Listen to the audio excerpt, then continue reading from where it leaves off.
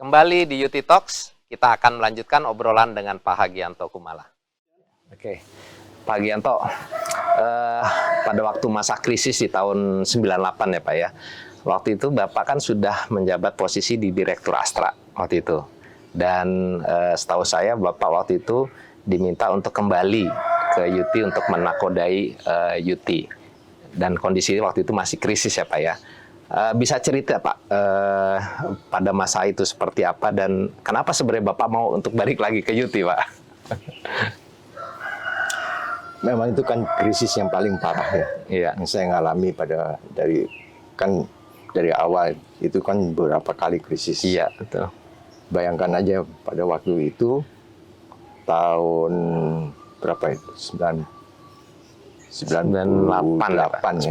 ya. Kita punya currency itu $1 sudah sampai menjadi 14.000. Iya, betul. Hari ini kan 14.800. Iya, iya. Padahal bedanya kan banyak sekali itu. Iya. Sekarang berapa tahun itu? Iya. Jadi 24 tahun. Betul. Awalnya itu kalau nggak salah 2.500 ya Pak, jadi 14.000. Betul, oke, 14.000. Ya, saya waktu itu di Astra. Kemudian kita ada meeting lah di Astra, Board of Directors. Dan waktu itu kan presidennya Ibu Rini. Iya, iya. Ibu Rini yang bicara itu, Pak Hagianto, bisa nggak minta tolong untuk supaya Pak Hagianto kembali ke UT. Kan kita tahu lagi krisis. Krisis susah.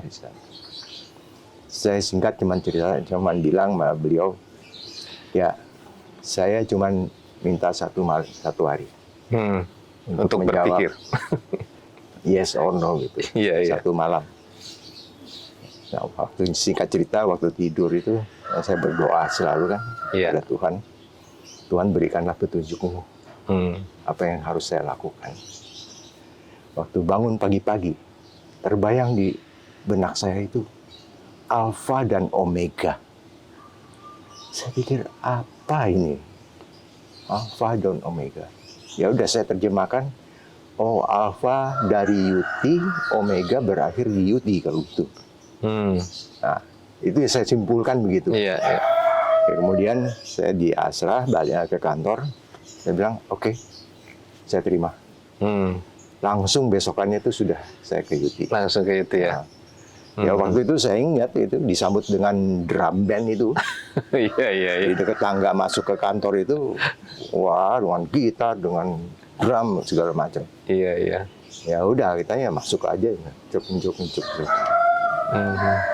Itulah sampai demikian. Iya. Nah disitulah kemudian kita meeting berapa kali segala macam itu timbul yang saya katakan itu. UT ini harus ada selama ada NKRI. Iya. Jangan sampai kita itu terjadi musibah yang besar. Tolong dimengerti bahwa tujuannya itu adalah mempertahankan perusahaan ini. Jadi kita harus ada pengorbanan, kita harus ada korban. Saya juga sudah kembali kemari. Jadi kalau kita harus mengurangi karyawan, tolong dimengerti. Tapi demi ke masa depan, ini harus dilakukan. Itulah yang terjadi. Syukurlah waktu itu boleh sukarela, siapa mau mengundurkan diri. Sukarela ada juga yang umumnya sukarela ya. Demikianlah kita mulai dengan bagaimana mengurangi tenaga kerja itu. Iya. Ya, itu jargon yang sangat itu Pak, hits lah. Kalau orang sekarang bilang itu hits ya. Selama NKRI berdiri, UT harus tetap berdiri gitu ya. Betul. Iya. Bagi saya yang boleh kata salah satu pendiri ya. Iya.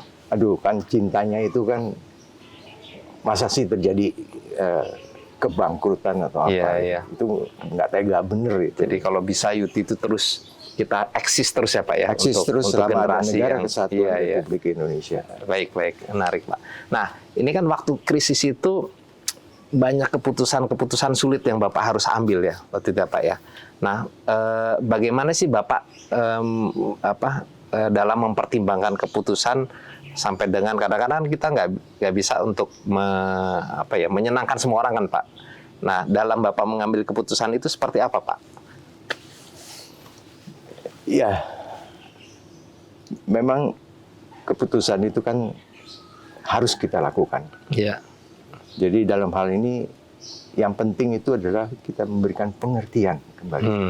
Iya. Kita harus terbuka secara kenapa kita harus lakukan ini. Iya, iya. Saya kira tiap orang kalau diajak bicara itu mengerti Iya. hal itu. Ya. Secara singkat ya itu aja sebenarnya. Iya, iya. Jadi kita harus terbuka ya, Pak ya. Kepolosan kita. Iya. Tidak ada sesuatu apapun yang untuk kepentingan diri sendiri. Iya, Itu iya. yang penting. Iya, ya. Jadi nggak ada beban ya, Pak, Nggak untuk ada kita beban. memutuskan. Iya, iya. Ya, rasanya tips yang sangat baik nih buat kita nanti yang akan meneruskan perjuangan di UT nih, Pak. Nah, kalau menurut Bapak ya, tadi kan UT itu tadi selama Indonesia eksis, ya UT juga harus eksis. Nah, menurut Bapak makna UT itu di mata masyarakat apa sih, Pak, yang apa ya Bapak inginkan UT itu untuk efek terhadap masyarakat itu apa? Mungkin tidak terlalu banyak dikenal oleh masyarakat. Lain kalau jualan mobil, jualan motor itu kan menyebar gitu. Iya, iya. Kalau itu apa alat-alat berat ngapain Iya. gitu?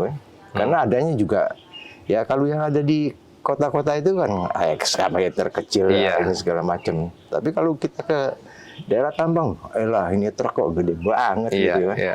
Jadi dalam hal ini ya itulah yang menimbulkan nggak terlalu populer sebenarnya. Iya, iya. Tapi kalau orang sudah mulai masuk, nggak baru berasa. Iya. Namanya. Kayak UT kan sekarang kalau sahamnya aja kalau kita lihat, Iya. jarang dianalisa orang. Iya. Ya, Iya. tahu-tahu ntar dividennya gede. Gitu. Iya, betul. Iya, iya. Jadi UT itu boleh dibilang low profile, tapi sebenarnya kalau di daerah itu kita berkontribusi banyak gitu, Betul. Pak, terhadap pembangunan ya mungkin di lingkungan di Iya, itu di daerah berkaitan dengan ya, Pak, ya. negara kesatuan Republik Iya, iya. Indonesia. Jadi kita harus bisa bermanfaat bagi masyarakat dan di Indonesia, negara. bangsa dan negara. Betul. Baik, baik. Wah, ini tambah seru nih, Pak. Jadi mungkin kita harus jeda dulu. Jangan kemana-mana. Insan HMC, kita tetap di UT Talk.